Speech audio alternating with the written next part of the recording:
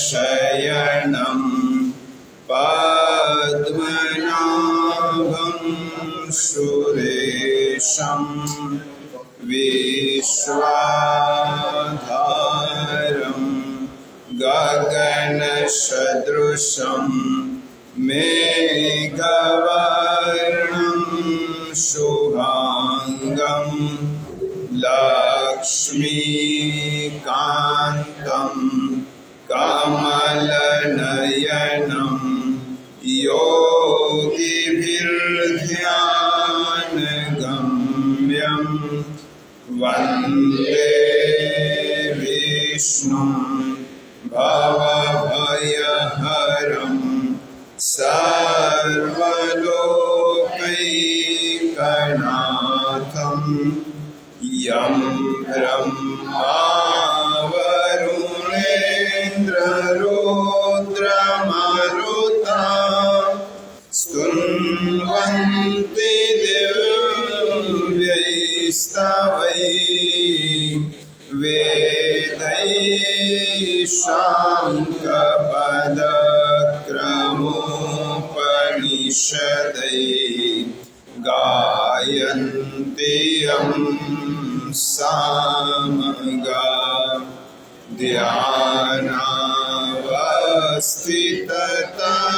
ध्यानावस्थिततद्गतेन मनसा पश्यन्ति यं योगिनो यस्यान्तं न विदुषुरासुरगणा देवाय तस्मै नमः। पार्थाय प्रतिबोधितां भगवता नारायणेन स्वयं व्यासेन ग्रथितां पुराणमुनिना मध्ये महाभारतम्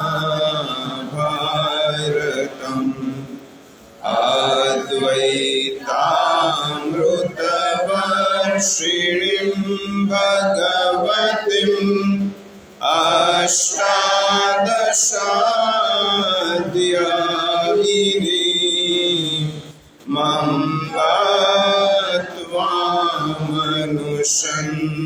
मङ्गलत्वामनुसन्दधामि भगवते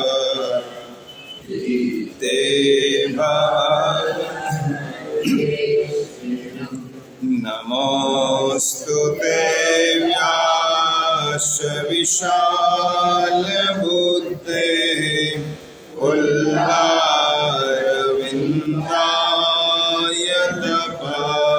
उल्लारविन्दायतपत्रनेत्र येन त्वया भारततैलपूर्णं प्रज्वालितो ज्ञानमय प्रदीपः। अध्याय 8मो श्लोक 1 થી 10 નું સાથે પારાયણ કરીશું। 8મો અધ્યાય પાન નંબર 129। अर्जुन उवाच किं तद् ब्रह्म किमध्यात्मं किं कर्म पुरुषोत्तम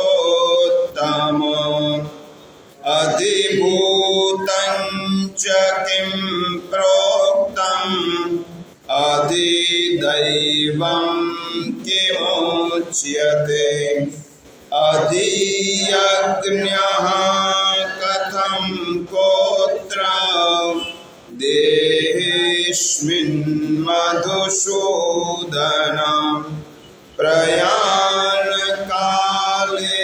च कथं ज्ञेयोऽसि नियतात्मभिः।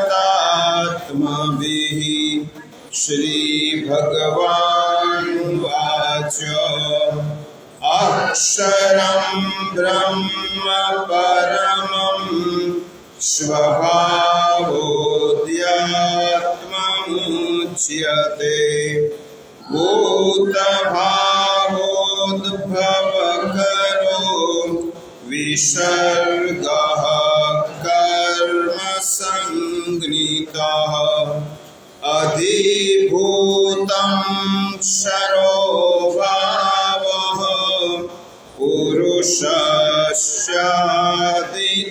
पुरुषस्यादिदैवतम् अधियज्ञोऽहमेवात्र देहे देहाभृतां वर अन्तकाले च मामेव स्मरन्मुक्त्वा कलेवरम् यप्रयाति समद्भावम् याति नास्त्यत्र संशयः यं यं वापि स्मरन् भावं त्यजत्यन्ते कलेवरम् तं तमेवैति कौन्तेय सदा तद्भावभावितं मय्यर्पितं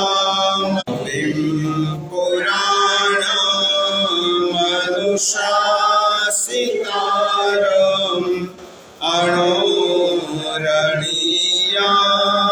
समनुस्मरेद्यः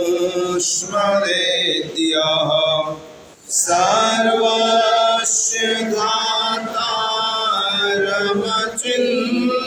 रूपम् आदित्यवर्णं तमसः परस्तात् प्रयाणकाले मनसाचलेन भक्त्या युक्तो योगबलेन चैव भ्रुवोर्मध्ये प्राणमावेश्य सम्यक् सतं परं पुरुषमुपैति दिव्यम्। बस अध्याय 11 શ્લોક 27 અને 28 અહીંયાથી પારાયણ કરાવીશું એ પ્રમાણે કરાવીશું. અધ્યાય 11 શ્લોક 27 પાન નંબર 176. વક્ત્રાણિ તે ત્વરમાણા વિશન્તિ વક્ત્રાણિ તે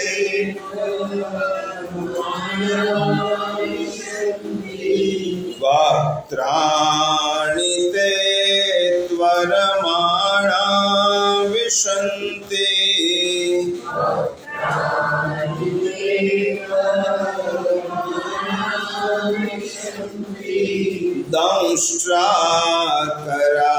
दंष्ट्राकरालानि भयानकानि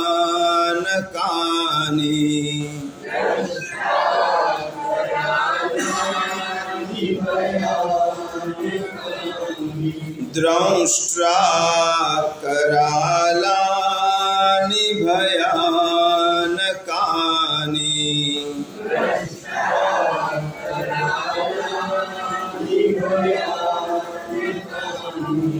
वक्त्राणि ते त्वरमाणा विशन्ति द्रंष्ट्राकरालानि भयानकानि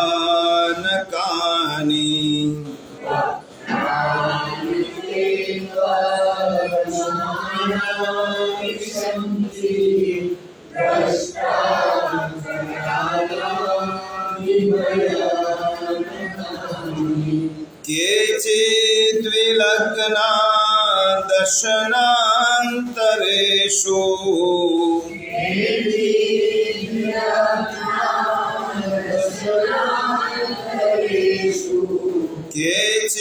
केचिद्विलग्ना दशनान्तरेषु दशनान्तरेषु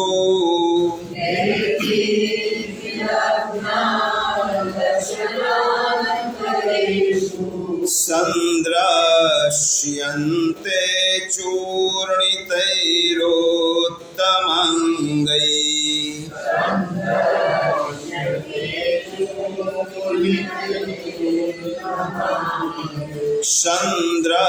सन्द्रश्यन्ते चूर्णितैरुत्तमाङ्गैः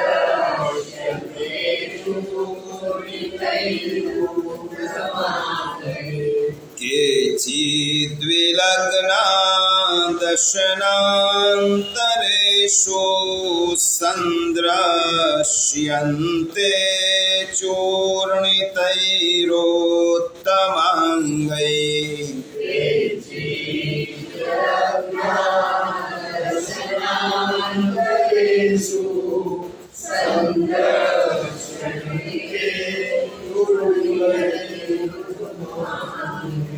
यथा नदीनां बहवोऽम्बुवेगाः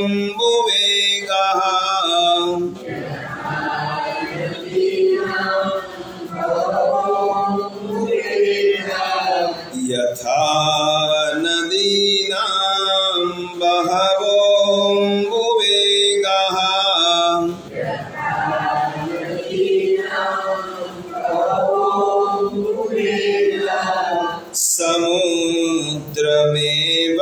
समुद्रमेवाभिमुखा द्रवन्ति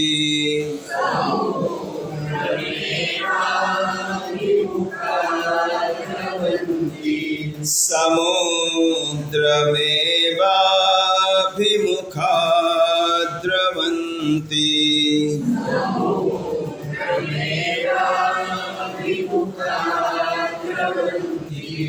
यथा नदीनां बहवोऽम्बुवेगाः समुद्रमेवाभिमुखा द्रवन्ति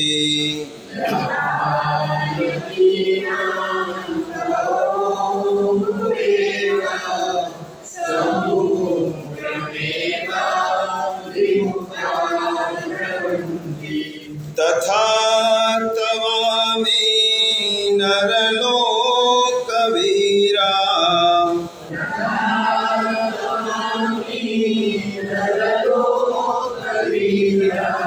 तथा तवामि नरलोकवीरा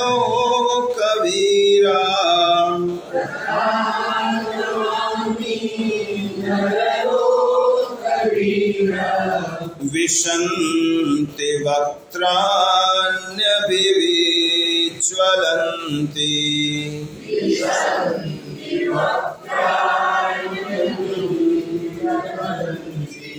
विशन्ति वक्त्राण्यभिविज्वलन्ति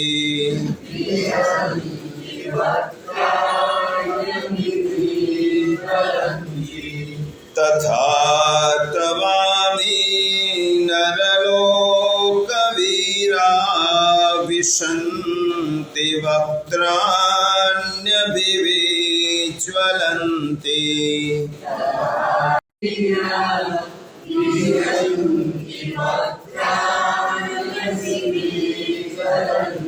बनने साथ वक्त्राणि वेगाः समुद्रमेवाभिमुखा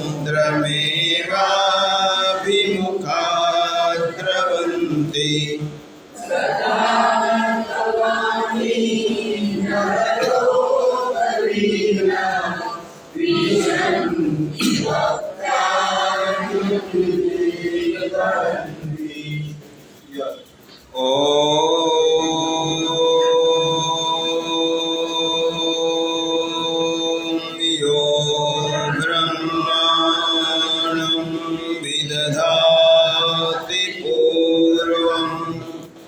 यो वै वेदांश्च प्रहीणोति तस्मै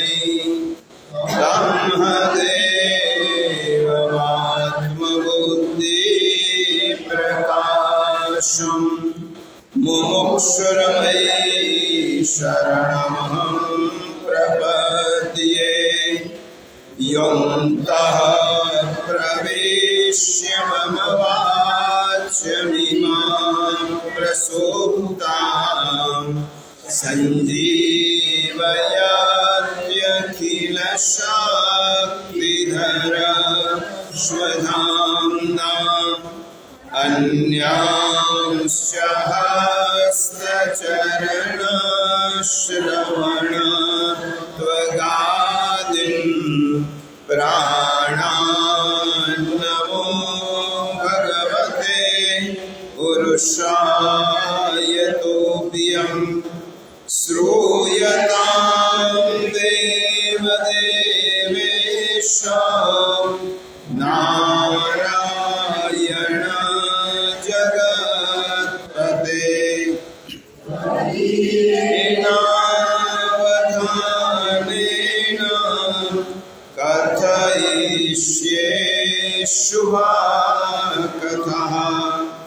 नमस्तस्मै भगवते कृष्णायाद्भूतकर्मणे रूपनामविभेदेन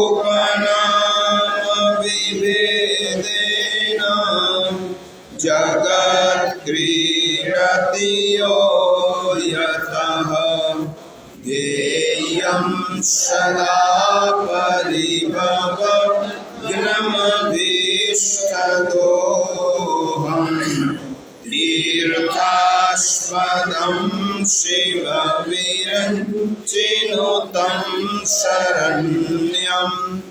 प्रोत्यार्तिहं प्रणतपालभवाब्धिपोतं। वन्दे महापुरुषते चरणारविन्दम्। ॐ पूर्णमदः पूर्णमिदं पूर्णात् पूर्णमुदच्यते। पूर्णस्य पूर्णमादाय पूर्णमेवावशिष्यते। ॐ शांति शांति शांति।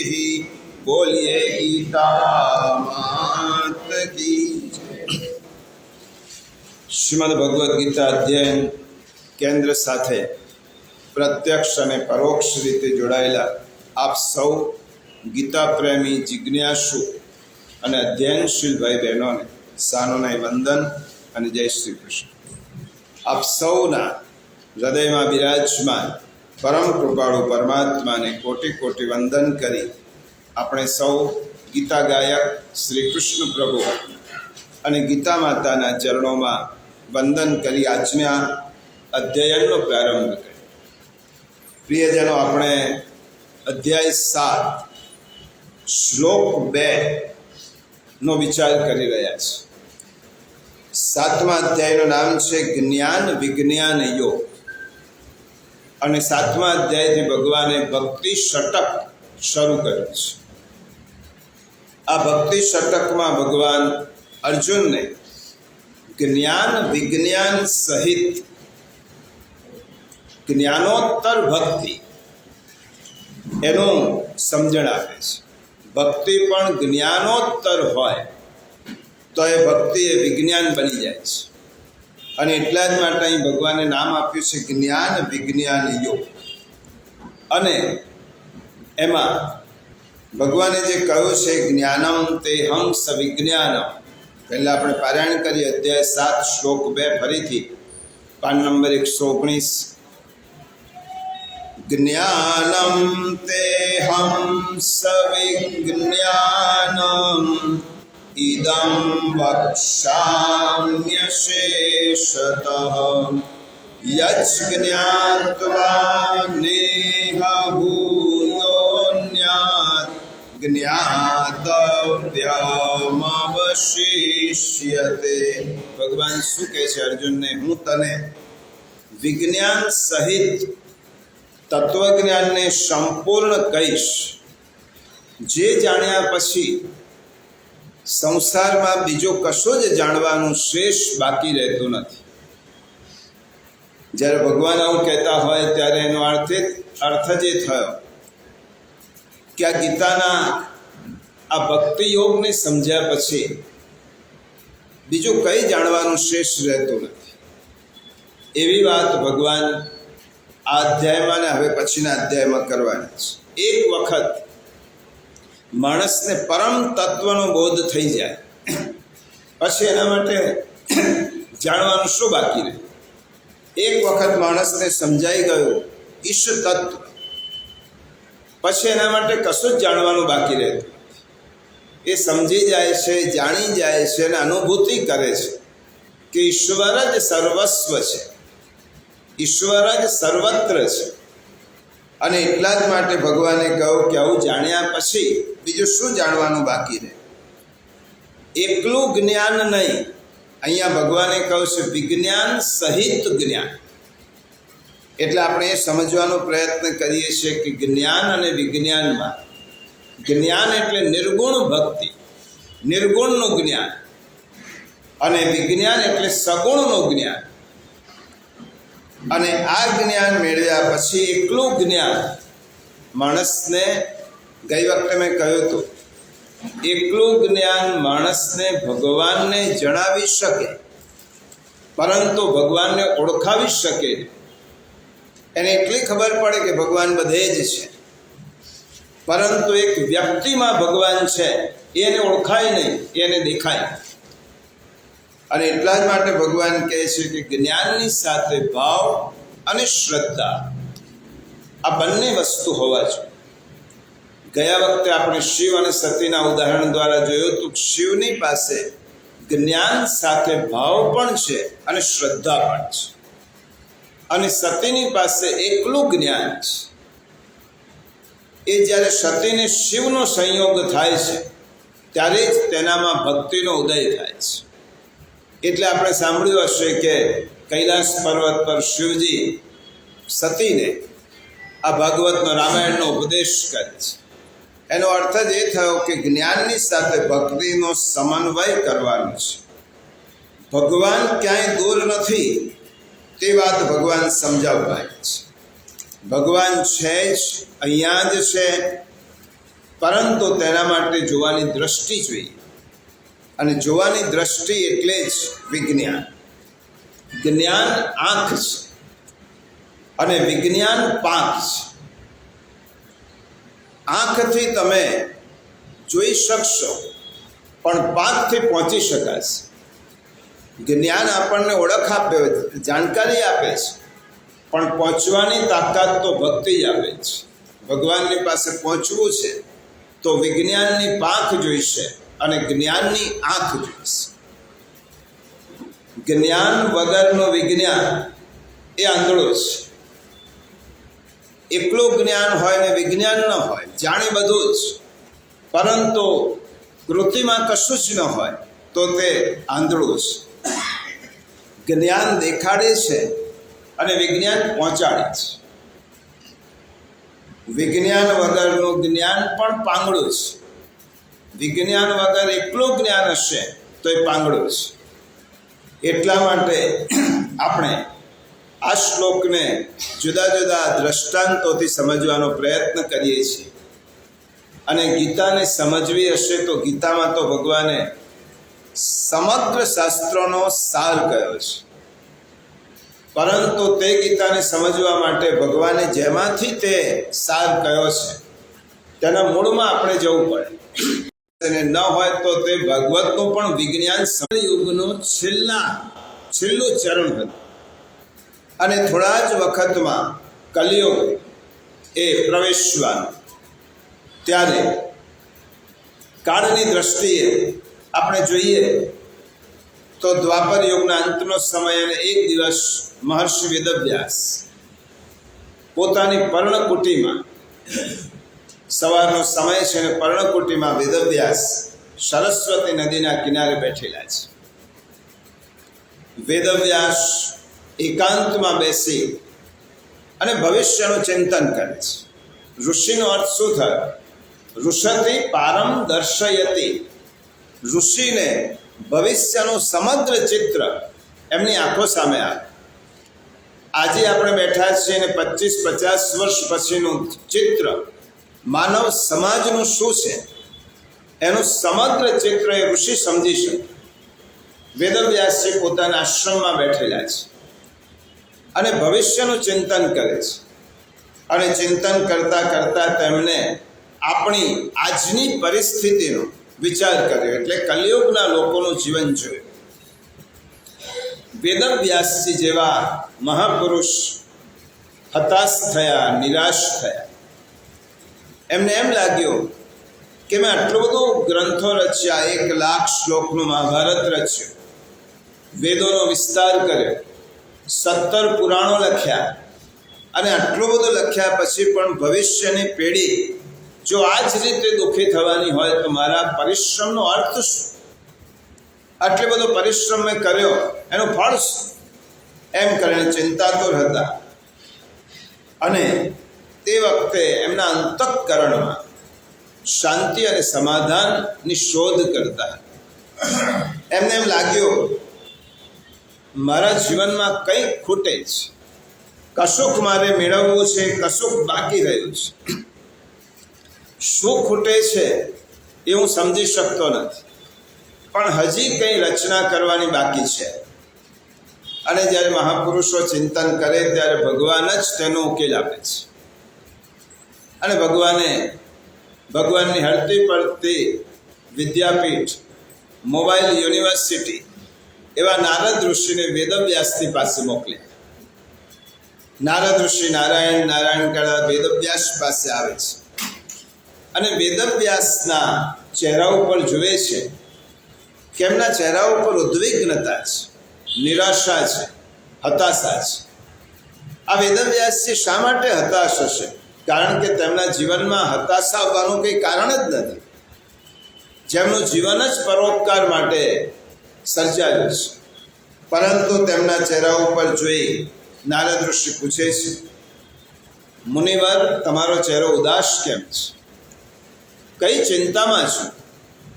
વેદવ્યાસે કહ્યું, મારા મનમાં ચિંતા છે અને હું તમારું જ સ્મરણ કરતો, તમારું એટલે કોઈ મહાપુરુષનું સ્મરણ કરતો હતો કે જે મારી ચિંતાનો ઉકેલ આપે. મારું મન ખિન્ન શા માટે છે?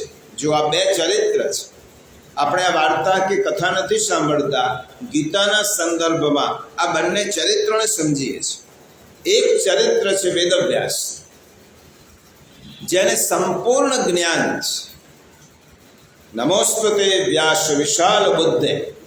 આ વિશાળ બુદ્ધિ ધરાવતા વેદવ્યાસ, જેની પાસે વેદાંત પુરાણોનો સંપૂર્ણ જ્ઞાન છે અને જેમના મુખારબિંદુમાંથી જ આ પુરાણો અને આ બધા જ ગ્રંથો એ પ્રગટ થયા છે.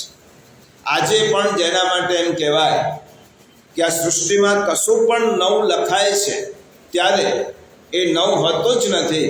વ્યાસોચ્છિષ્ટમ જગત સર્વ. બધું જ વ્યાસનો ઉચ્છિષ્ટ છે, કારણ કે વ્યાસજીએ કહેવાનું કશું જ બાકી નથી રાખ્યું. એટલે આજે કોઈ પણ આપણને નવું લખાણ લાગે તો સમજી લેવાનું કે તેના મૂળમાં વેદવ્યાસ છે. ક્યાંક ને ક્યાંક વેદવ્યાસે આ વિચારને પ્રગટ કર્યો છે. એટલા માટે આવો જ્ઞાનનો શિરોમણી મહર્ષિ વેદવ્યાસ. સામે ભગવાનને કોણે મોકલ્યા? ભક્તિના પર્યાય એવા નારદ ઋષિ. 2 ચરિત્ર સમજવાના છે. એક ભક્તિનો પર્યાય છે, જેને નારદ ભક્તિ સૂત્રની રચના કરી અને જેનું જીવન જ ભક્તિમય છે તેવા નારદ ઋષિ. એક બાજુ જ્ઞાનના શિરોમણી ભગવાન વેદવ્યાસ અને બીજી બાજુ ભક્તિના શિરોમણી મહર્ષિ નારદ. નારદ ઋષિને વેદવ્યાસ પૂછે છે, જ્ઞાને ભક્તિને પૂછવું પડે, ભક્તિને જ્ઞાનને પૂછવું ન પડે. કારણ કે ભક્તિને અનુભવ છે અને જ્ઞાનને અનુભવ નથી. એ જાણે છે અને પૂછે છે. પ્રચુર બુદ્ધિમત્તા સાથે વેદવ્યાસજી પૂછે છે કે દેવર્ષિ નારદ, મારા મનમાં વિષાદ છે, મારું મન ખિન્ન છે, કારણ કે મને એમ લાગે છે કે કશુંક મારા માટે હજી લખવાનું શેષ બાકી છે, સમજવાનું બાકી છે. અને તે વખતે પ્રચુર બુદ્ધિમત્તા સાથે ભાવપૂર્ણ અંતઃકરણ મળે ત્યારે તે જ્ઞાન ફરી ઉઠે છે અને તેમાંથી ભક્તિરૂપી પુષ્પ ખીલે છે. આ ચરિત્ર સમજવાનું છે. ભગવાને શું કહ્યું ધ્યાનમાં રાખો, જ્ઞાનમ વિજ્ઞાન સહિતમ. અહીંયા ભક્તિનો પર્યાય નારદ ઋષિ વેદવ્યાસને કહે છે કે હે વેદવ્યાસ, ભવતા મુદિત પ્રાયમ યશો ભગવતો મલમ. તમે ભગવાનના મહિમાનું ગાન કર્યું છે. તમે ઘણું બધી રચના કરી છે. મહાભારતની રચના એ સામાન્ય રચના નથી, જેના માટે એમ કહેવાય યન ન ભારતે તન ન ભારતે. જે મહાભારતમાં નથી એ ભારતમાં નથી, એવી ઉત્કૃષ્ટ રચના આપે કરી છે. તમે ભગવાનના સર્જનનું વર્ણન કર્યું છે. તમે કશું જ બાકી નથી રાખ્યું. સર્જનનું વર્ણન કર્યું છે, પણ સર્જકને ઉદાસીનતાનું કારણ હું સમજી શકું છું. તમે વર્ણન તો બહુ જ કર્યું છે. ઈશ્વર જગતની માં છે, ઈશ્વર જગતના પિતા છે, વ્રજવાસીઓની ગાળોથી પણ પ્રસન્ન થાય છે, એવું વર્ણન તમે કર્યું નથી. તમે ભગવાનનું જ્ઞાન આપ્યું, પણ ભગવાનને પામવા માટે ભક્તિરૂપી સાધન બતાવ્યું નથી. તમે ભગવાનનો પરિચય આપ્યો, પણ એ ભગવાનની પાસે પહોંચવાનું સાધન કયું એ તમે કહ્યું નથી. હે વ્યાસજી, તમે શું જાણવું જોઈએ તે કહ્યું છે, પરંતુ શું કરવું જોઈએ એ કહ્યું નથી. જાણવાની ઘણી બાબતો તમે કહી છે, પરંતુ શું કરવું જોઈએ તે બતાવ્યું નથી. હે મહર્ષિ વેદવ્યાસ, તમે ભક્તિ વગરનું જ્ઞાન કહ્યું છે, અને ભક્તિ વગરનું જ્ઞાન એ શેના જેવું છે? કાગળના બનેલા ગુલાલના ફૂલ જેવું છે, જે દેખાય તો આકર્ષક છે, પરંતુ તેમાંથી સૌરભ નિર્માણ થતી નથી, તેની સુગંધ આવતી નથી.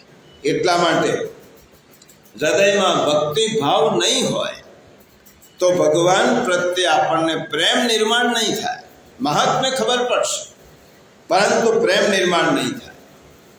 અને નિષ્કામ કર્મની ભૂમિ ઉપર, ગીતાને આ જ સમજવાનું છે, નિષ્કામ કર્મની ભૂમિ ઉપર જ્ઞાનરૂપી છોડ ઉગાડી, નિષ્કામ કર્મની ભૂમિ તૈયાર કરવાની છે, તેમાં જ્ઞાનરૂપી છોડ ઉગાડવાનો છે, અને તો જ તેનામાં ભક્તિરૂપી પુષ્પ ખીલવાનું છે.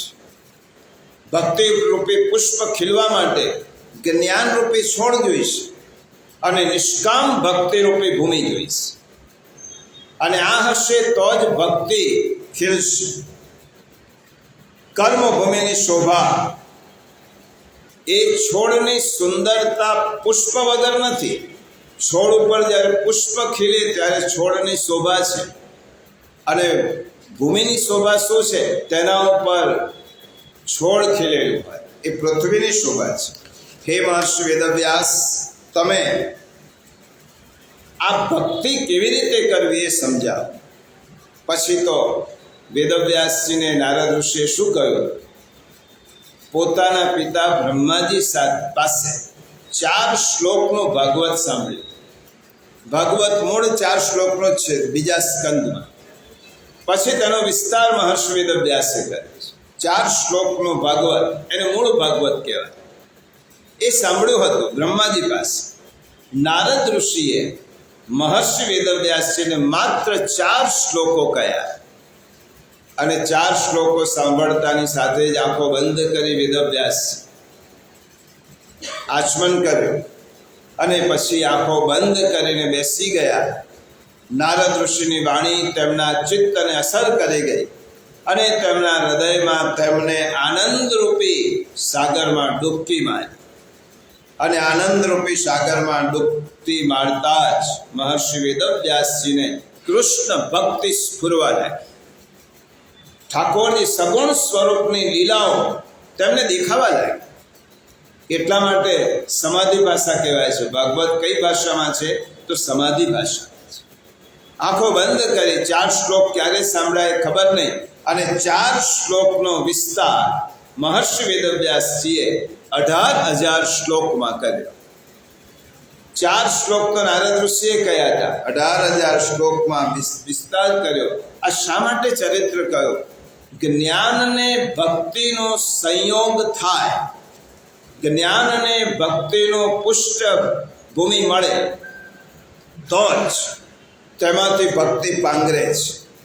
અને જ્ઞાન અને વિજ્ઞાનનો સંયોગ એટલે જ જ્ઞાન અને ભક્તિનો સંયોગ. ભગવાન આ કહેવા માગે છે. એટલા માટે ભાગવતનો ઉદય થયો. આ ભાગવતના ઉદય થવાનું, ભાગવતનું સર્જન આ રીતે થયું છે. ગીતામાં ભગવાને કહ્યું જ્ઞાનમ વિજ્ઞાન સહિતમ યજ્ઞાત્વા, અને ભાગવતમાં મહર્ષિ વેદવ્યાસજીને નારદ ઋષિનો સંગમ કરાવ્યો, અને તેના દ્વારા શું થયું? જ્ઞાનરૂપી હિમાલય, જ્ઞાનના હિમાલય મહર્ષિ વેદવ્યાસજીને ભક્તિનું ઊંડાણ મળ્યું.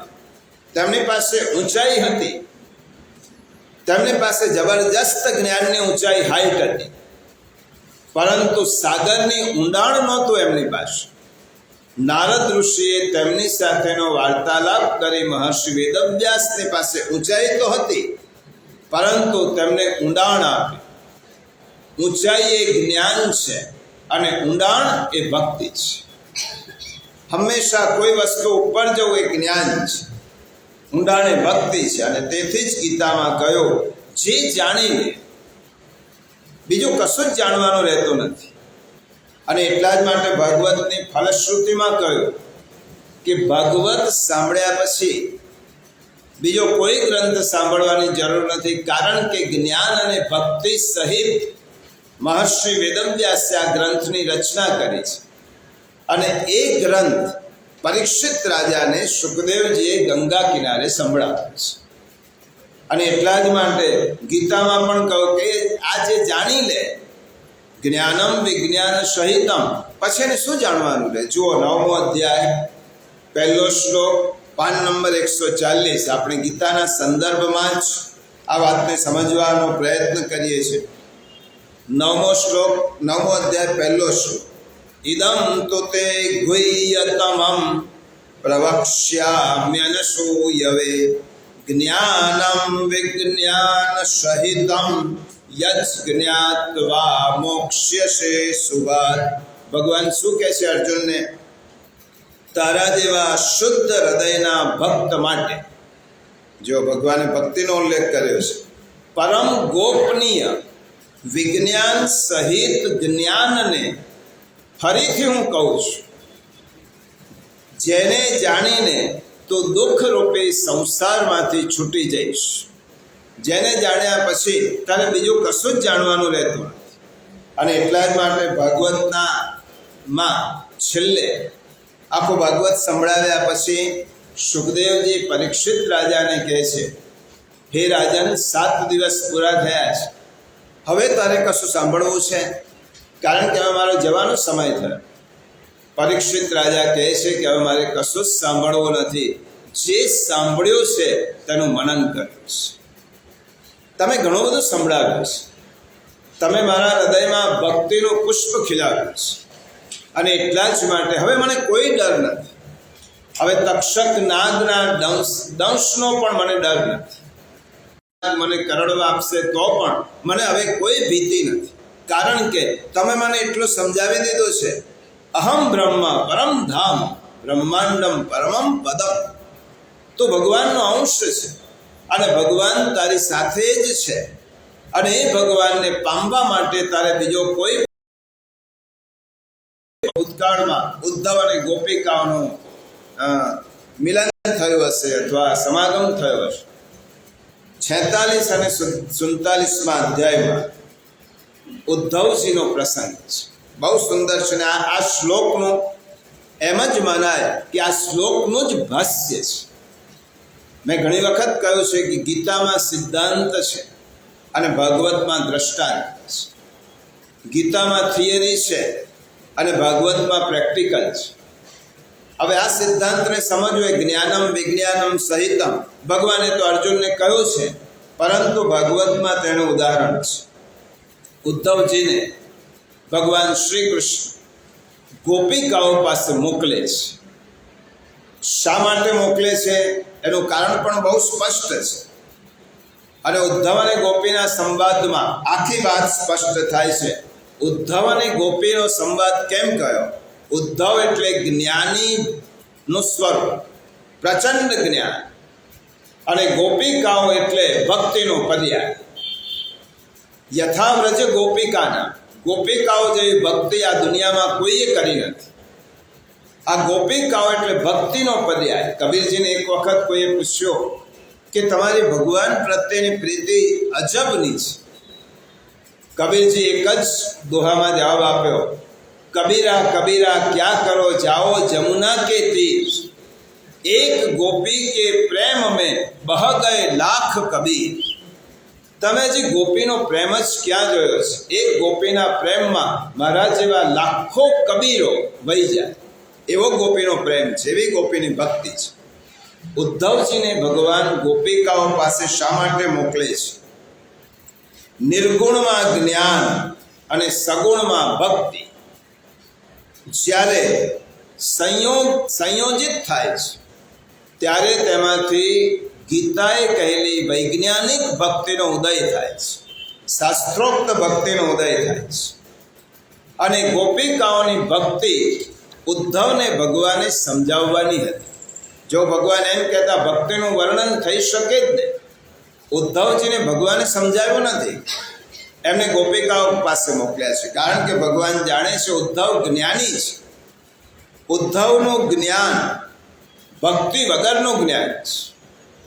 નિર્ગુણના ઉપાસક છે, સાંખ્ય શાસ્ત્રના જાણકાર છે, બૃહસ્પતિના શિષ્ય છે, પરંતુ તેને ભાવ શું છે ખબર નથી, તેને ભક્તિ શું છે ખબર નથી. અને બ્રહ્મ જ્ઞાન થયું પણ સ્વરૂપમાં જો પ્રીતિ ન થઈ તો બ્રહ્માનુભવ થતો નથી. આ બરાબર સમજો. પુષ્ટિ માર્ગનો પાયાનો સિદ્ધાંત છે. બ્રહ્મ જ્ઞાન થયો પરંતુ સ્વરૂપમાં આસક્તિ ન થઈ તો બ્રહ્મનો અનુભવ ક્યારે પણ ન થાય. અને એટલા જ માટે મહાપ્રભુજી આપણે સેવા પદ્ધતિ આપી છે.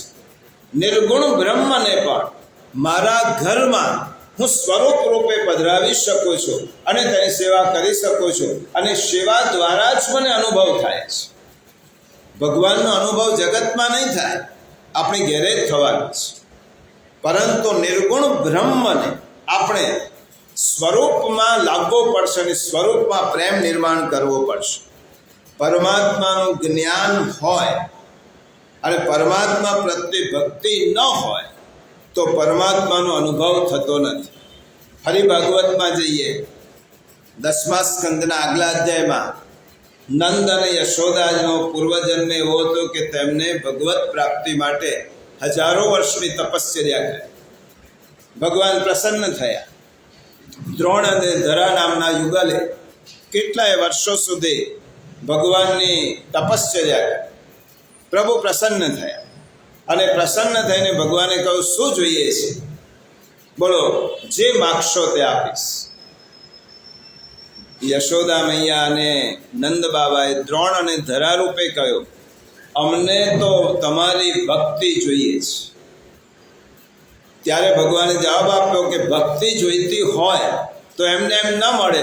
પહેલાં મારે તમારા ખોળામાં બાળક થઈને આવવું પડે, પછી જ તમે ભક્તિ કરી શકશો.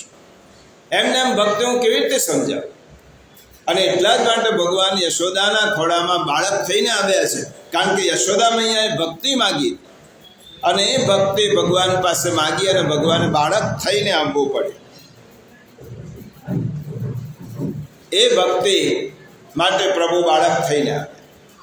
પ્રેમમાં એ તાકાત છે કે ઈશ્વરને પણ પ્રગટ થવું પડે છે. આ જ્ઞાનમાં તાકાત નથી, પ્રેમમાં તાકાત છે કે ઈશ્વરને પ્રગટ થવું પડે છે. ભગવાનને જે પ્રેમ કરે છે તેની આગળ ભગવાન નાચે પણ છે, તેની આગળ ભગવાન તે કહે તેમ કરે છે, અને ભગવાન તેના જાણે અનુચર હોય તેમ વર્તે છે. એટલા માટે રસખાનજીએ કહ્યું, શેષ મહેશ દિનેશ નગેશ સુરેશ જાહી નિરંતર ગાવે. રસખાને તો આખું એનું સુંદર રીતે વિશ્લેષણ કર્યું. શેષ, નગેશ, દિનેશ, મહેશ, સુરેશ આ બધા દેવતાઓના નામ છે. જાહી નિરંતર ગાવે, જેને નિરંતર ગાય છે. જાહી અનાદિ અનંત અખંડ અછેદ અવેદ સુવેદ બતાવે, જેને કોઈ પાર પામી શક્યો નથી. નારદ સે સુખ વ્યાસ રટઈ, નારદ શોક બધા જેનું રટન કરે છે. પછી હારી પુનીત તહી પાર ન પાવે, છતાં પણ આ લોકો એ સ્વરૂપને સમજી શકતા નથી. એ સ્વરૂપને તાહી આહિર કી છોહરિયા છછિયા ભર છાછ પે નાચ નચા.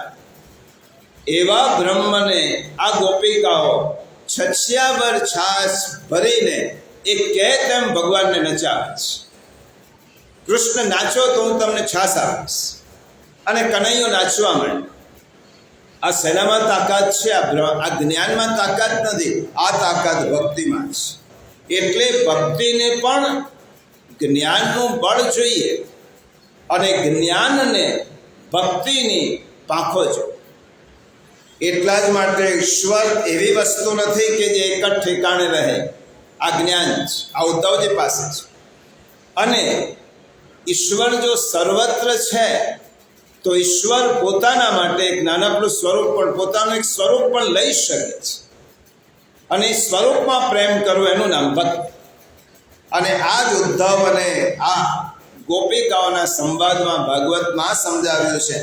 જ્ઞાનોત્તર ભક્તિ જ જ્ઞાન અને વિજ્ઞાનનો સમન્વય છે. ગીતાની ભાષામાં જ્ઞાન વિજ્ઞાનનો સમન્વયથી જ આવે છે. ઉદ્ધવજી પાસે તત્વજ્ઞાન હતું અને ગોપિકાઓની પાસે પ્રેમ લક્ષણા ભક્તિ હતી. ભગવાનને એમ, મારે ભક્તિને જ્ઞાન પાસે નથી બોલાવવું, કારણ કે ભક્તિની કોઈ જરૂર નથી જ્ઞાનની પાસે આપણે. મારે તો જ્ઞાનને ભક્તિની પાસે મોકલવું છે. ઉદ્ધવને ગોપિકાઓની પાસે મોકલ્યા છે, ભગવાને ગોપિકાઓને ઉદ્ધવની પાસે નથી મોકલ્યા.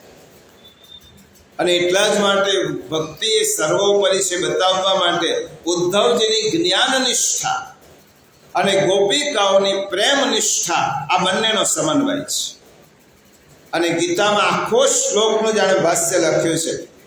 પ્રસંગ એવો છે, ગુરુકુળમાં અધ્યયનની સમાપ્તિ પછી ટૂંકમાં જોઈ લઈએ છીએ, કારણ કે આ શ્લોકને આજે આપણે વિરામ આપવાનો છે. અને આ પ્રસંગ એવો છે કે જેમાં જો થોડાક દિવસોની ગેપ આવશે તો પ્રસંગનો રસ જતો રહેશે. એટલા માટે પ્રસંગને આજે જ સમજી લઈએ. આપણે એનું તત્વજ્ઞાન સમજવાનું છે, એની કથા નથી સાંભળવાની. એનું જે રહસ્ય છે તે સમજવાનું છે. ગુરુકુળમાં અધ્યયનની સમાપ્તિ પછી શ્રી કૃષ્ણ ભગવાન મથુરા પધાર્યા, કંસનો ઉદ્ધાર કર્યો, મથુરાની ગાદી ઉગ્રસેનને આપી અને એ મથુરાના અધિપતિ થયા. કારણ કે મથુરાનો રાજા ઉગ્રસેન કૃષ્ણને પૂછ્યા વગર એક નિર્ણય પણ લેતો નથી. રાજા ઉગ્રસેન છે અને રાજાધિરાજ એ શ્રી કૃષ્ણ છે, મથુરાના અધિપતિ છે. ભગવાનને બહુ જ વૈભવમાં મથુરાવાસીઓ રાખતા હતા. ભગવાનનો નિયમ કે આખો દિવસ મથુરાવાસીઓ સાથે રહે, પરંતુ સાંજના સમય ગોરજનો સમય થાય, ગોધૂલી વેલા થાય એટલે ભગવાનને વ્રજની યાદ. ગાયોને આવવાનો સમય થયો હોય જંગલમાંથી, અને ભગવાન એ સમયે મથુરાના મહેલની અગાસી ઉપર જઈને બેસે અને વ્રજની સામે, વ્રજની દિશા તરફ પોતાની આંખો રાખે અને ભગવાન મનમાં એ ચિંતન કરતા જાય કે હમણાં મારી ગાયો આવી હશે, ગોપિકાઓ રાહ જોતી હશે, ગોવાળો હશે. પ્રભુ વ્રજવાસીઓને વિસર્યા નથી, મથુરાધિપતિ થયા, પરંતુ વ્રજવાસીઓના પ્રેમને ભગવાન વિસર્યા નથી. કારણ કે પ્રેમમાં એવી તાકાત છે કે જેને ભગવાન પણ ભૂલી શકતા નથી. આ જ્ઞાનમાં તાકાત નથી. રોજ સાંજના સમયે પ્રભુ વિચાર કરે છે, મારી માં આંગણામાં બેઠી હશે, આંખોમાં આંસુ હશે, મારી પ્રતીક્ષા કરતી હશે, અને મારો લાલો આવશે એમ કરીને નંદ બાબા પણ મારી રાહ જોતા હશે. મારી વાલી ગાયો છે, મારી ગોપિકાઓ છે, આ બધા જ જે મને પ્રાણ ગણે છે. શરીર તો એમનું છે, પણ એમના પ્રાણ હું છું. એટલા માટે યાદ કરતા હોય. આવા વિચારતા વિચારતા ક્યારેક શ્રી કૃષ્ણ છે, આ તો માનવ રૂપ લીધું છે, ક્યારેક ગોપી પ્રેમને, વ્રજ રસ્યોના પ્રેમને યાદ કરતા કરતા ભગવાનની આંખો ભીંજાય છે. ભક્તિમાં એ તાકાત છે કે ભગવાનની આંખો પણ ભીંજાય, એમની આંખોમાં પણ અશ્રુ આવે અને આંખો ભીંજાય. એક વખત ભગવાન વ્રજનું સ્મરણ કરતા હશે અને ત્યાં ભગવાનના સખા, ગીતામાં ભગવાનના મિત્ર અર્જુન અને ભાગવતમાં ભગવાનના મિત્ર ઉદ્ધવ છે.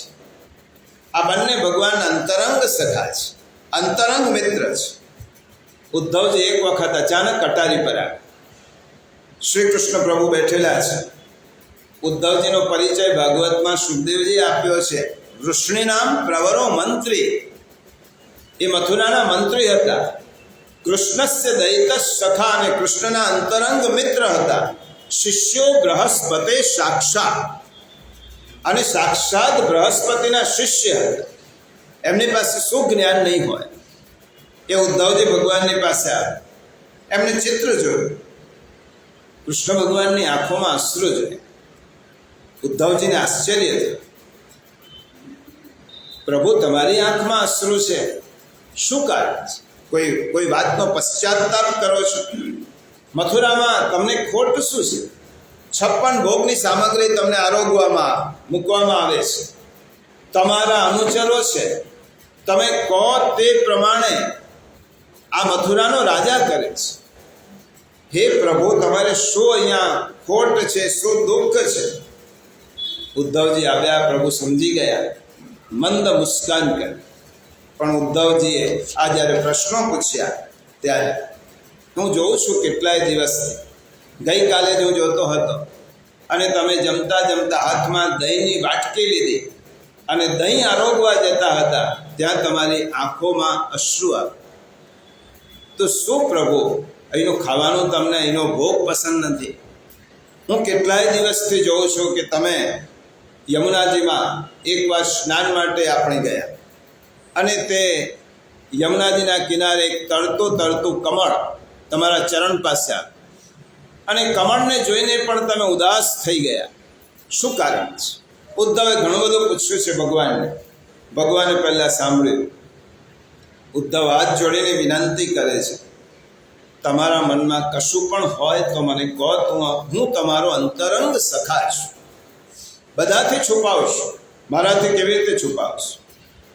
ભગવાનને થયો કે ઉદ્ધવ મારો મિત્ર છે, જ્ઞાની છે, હવે હમણાં હું એને કશું પણ કહીશ તો ઉદ્ધવના ગળે નહીં ઉતરે, કારણ કે એના મગજમાં જ્ઞાન ભરેલું છે.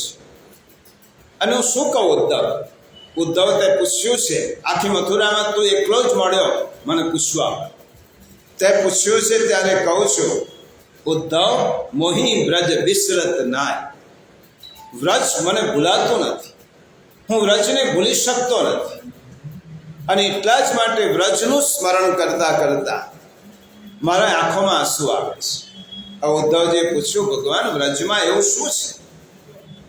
વ્રજમાં યશોદા મૈયા છે, નંદ બાબા છે, ગોપિકાઓ છે, રાધાજી છે, ગાયો છે, ગોવાળો છે, કદમનું વૃક્ષ છે, ત્યાં શું નથી? ત્યાં યમુનાજી છે, ત્યાં ગિરિરાજજી બિરાજે છે. વ્રજ ભૂમિ જ એવી છે કે જેમાં ગયા પછી ઉદ્ધવે પ્રેમની ભૂમિ છે, અને હું વ્રજને ભૂલી શકતો નથી.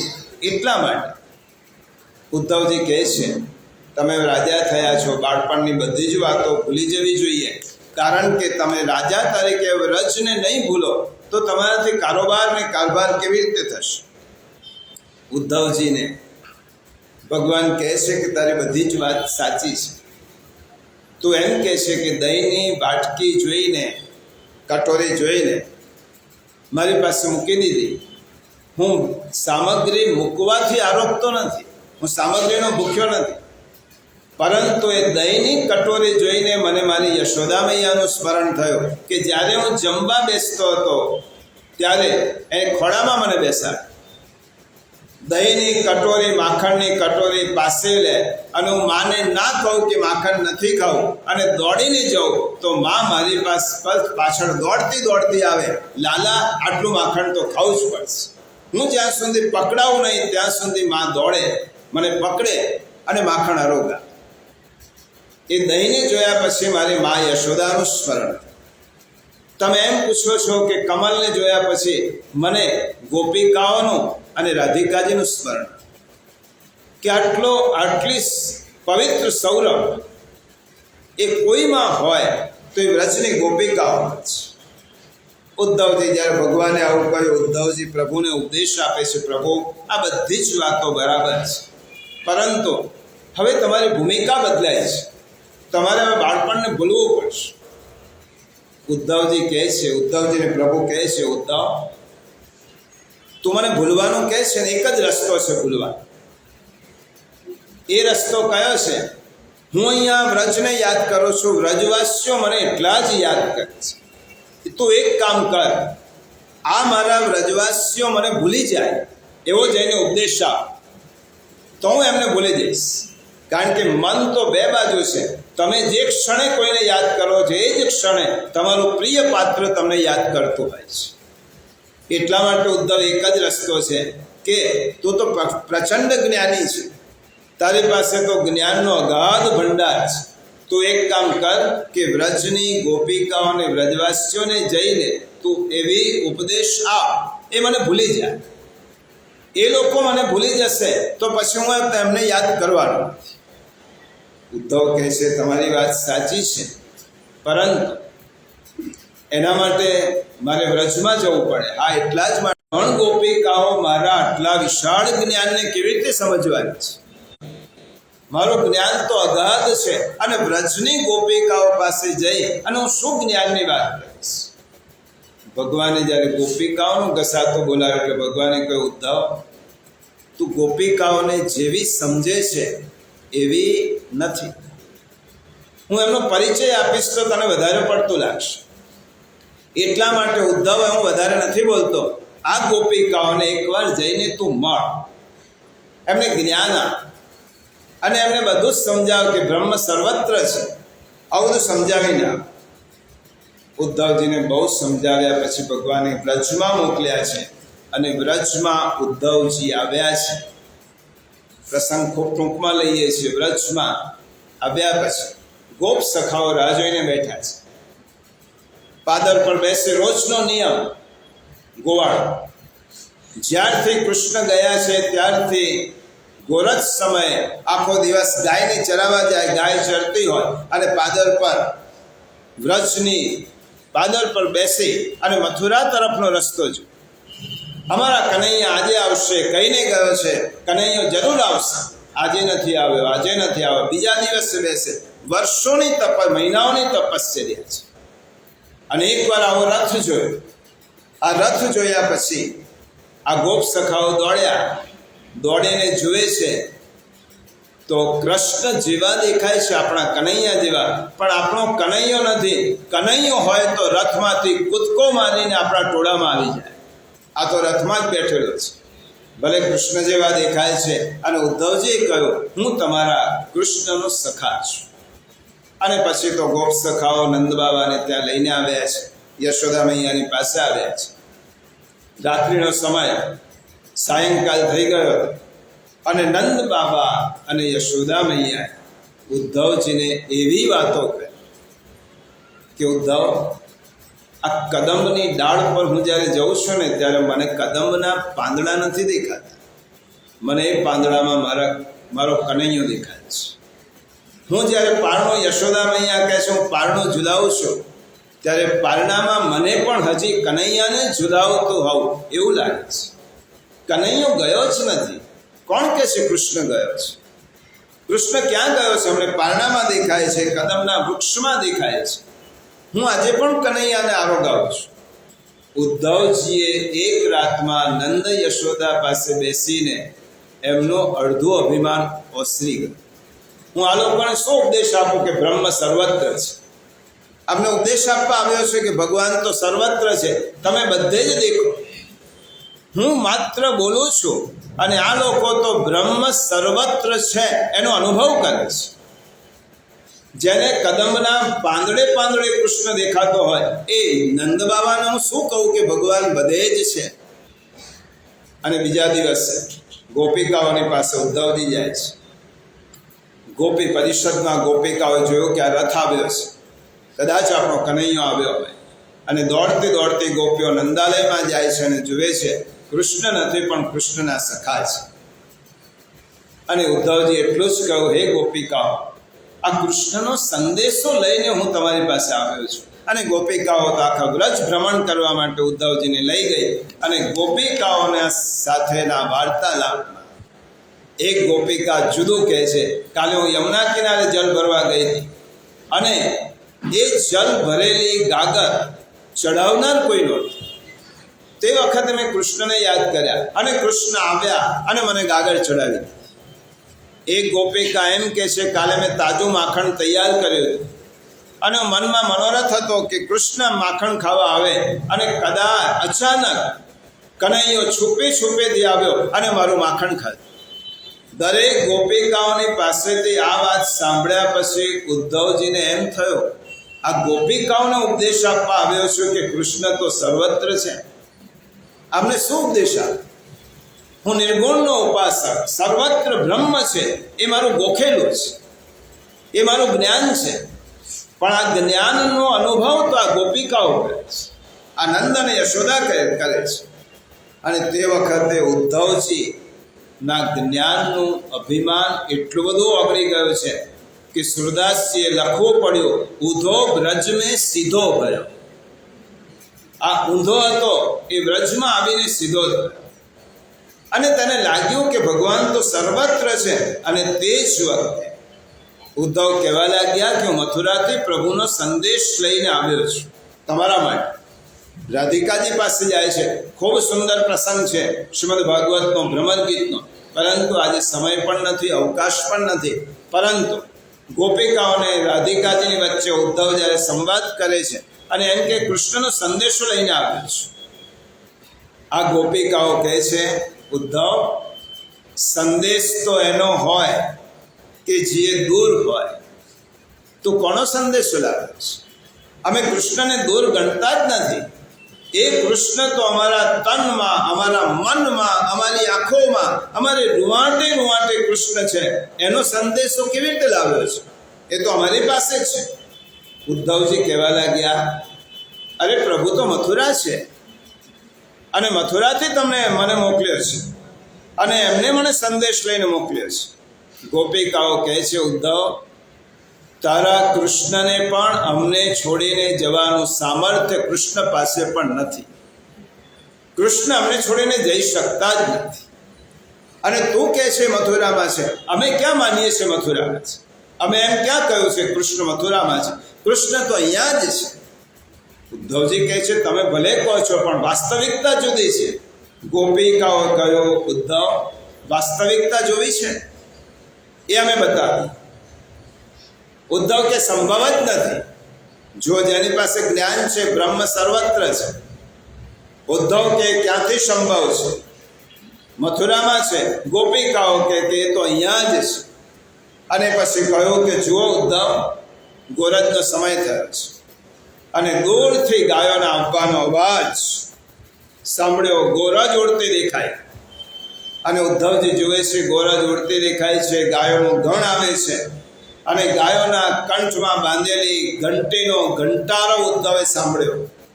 ઉદ્ધવજી ચકિત થઈને જુએ છે કે આ શું દ્રશ્ય જોઉં છું. અને ત્યાં જોયો, ત્યાં જ આગળ નાની નાની ગાયો છે, ચાલતી આવે છે, જેની પાછળ ગોવાળો છે, હાથમાં લકોટી છે. આ ભક્તિની ટોચને જીરવી ન શક્યા.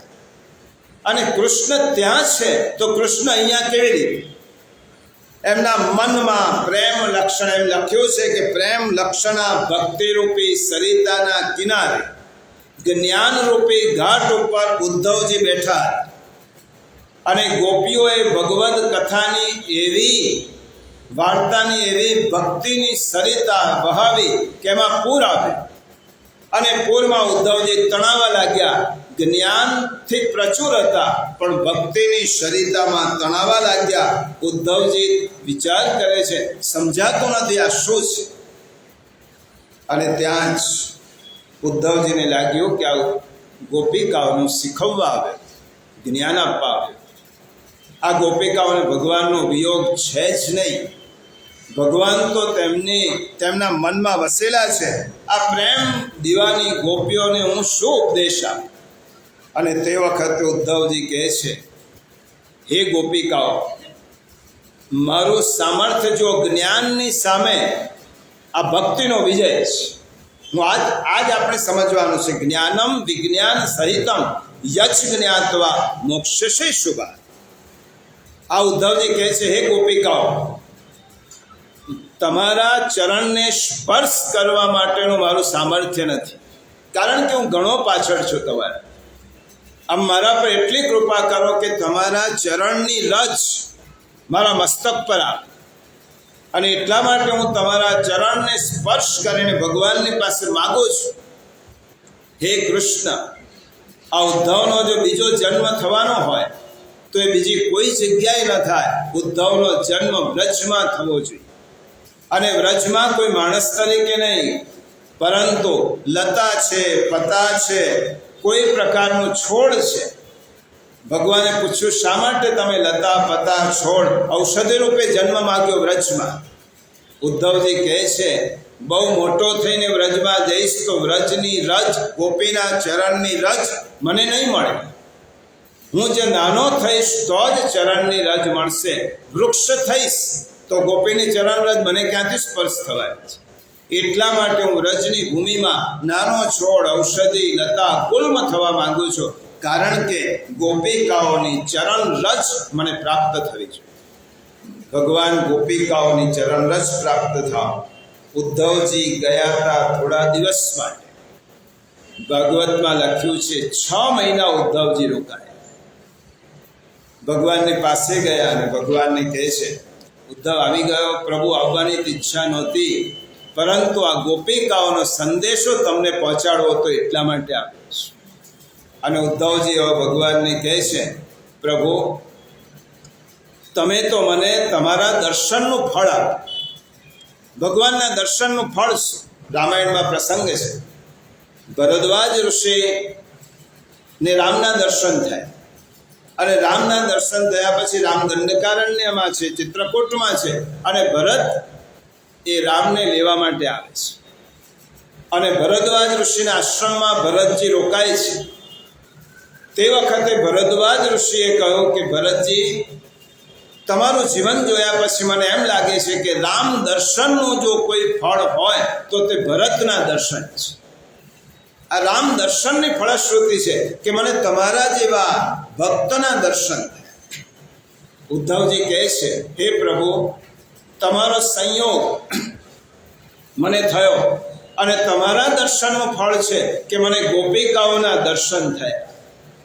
વંદે નંદ રજસ્ત્રીણામ પાદરેણુમ વિક્ષ્ણશ યાસામ હરિકથોદ્ગીતમ પુનાતિ ભુવનત્રય. ગોપિકાઓની ચરણ રજ ઉદ્ધવજીએ મસ્તક પર મૂકી છે અને ગોપિકાઓને વંદન કર્યા છે. નંદ યશોદાને વંદન કર્યા છે. વ્રજમાંથી પાછા આવ્યા છે. પ્રસંગ તો બહુ સુંદર છે. અહીંયા જ આપણે વિરામ આપીએ છીએ. અને જ્ઞાન અને ભક્તિ આ બંનેનો સમન્વયમાં ભક્તિનો હંમેશા વિજય થાય છે. અને એટલા જ માટે આ પ્રસંગ આપણે ગયો. પ્રખર જ્ઞાની ઉદ્ધવજીને ગોપીરૂપી ભક્તિના ચરણમાં ઝૂકવું પડે. અને એટલા માટે ભગવાને ગીતામાં કહ્યું છે, જ્ઞાનમ વિજ્ઞાન સહિતમ યચ જ્ઞાત્વા મોક્ષસે શુભા. તે 9મા અધ્યાય. જ્ઞાનમ વિજ્ઞાન સહિત ને એ જાણ્યા પછી કશું જ જાણવાનું રહેતું નથી. આ બીજા શ્લોકને અહીંયા જ વિરામ આપીએ છીએ. આપણને પ્રશ્ન થાય કે આવી ભક્તિ તો કેટલી દુર્લભ છે, અને એ ભક્તિ કેટલી દુર્લભ છે તેની વાત ભગવાન 3જા શ્લોકમાં કરે છે. એ આવતા રવિવારે આવીશું અને વિચારીશું. દીપકભાઈ, गिरीशભાઈ તો નથી, દીપકભાઈ આવો. જય ભગવદ ગીતે મૈયા જય ભગવદ ગીતે હરિય કમલ વિહારિણી હરિય કમલ વિહારિણી સુંદર સુપુનીતે ઓમ જય ભગવદ ગીતે કર્મ શુમાર્મ પ્રકાશિની શક્તિ હરા મૈયા શક્તિ હરા જ્ઞાન વિકાશિની તત્વ જ્ઞાન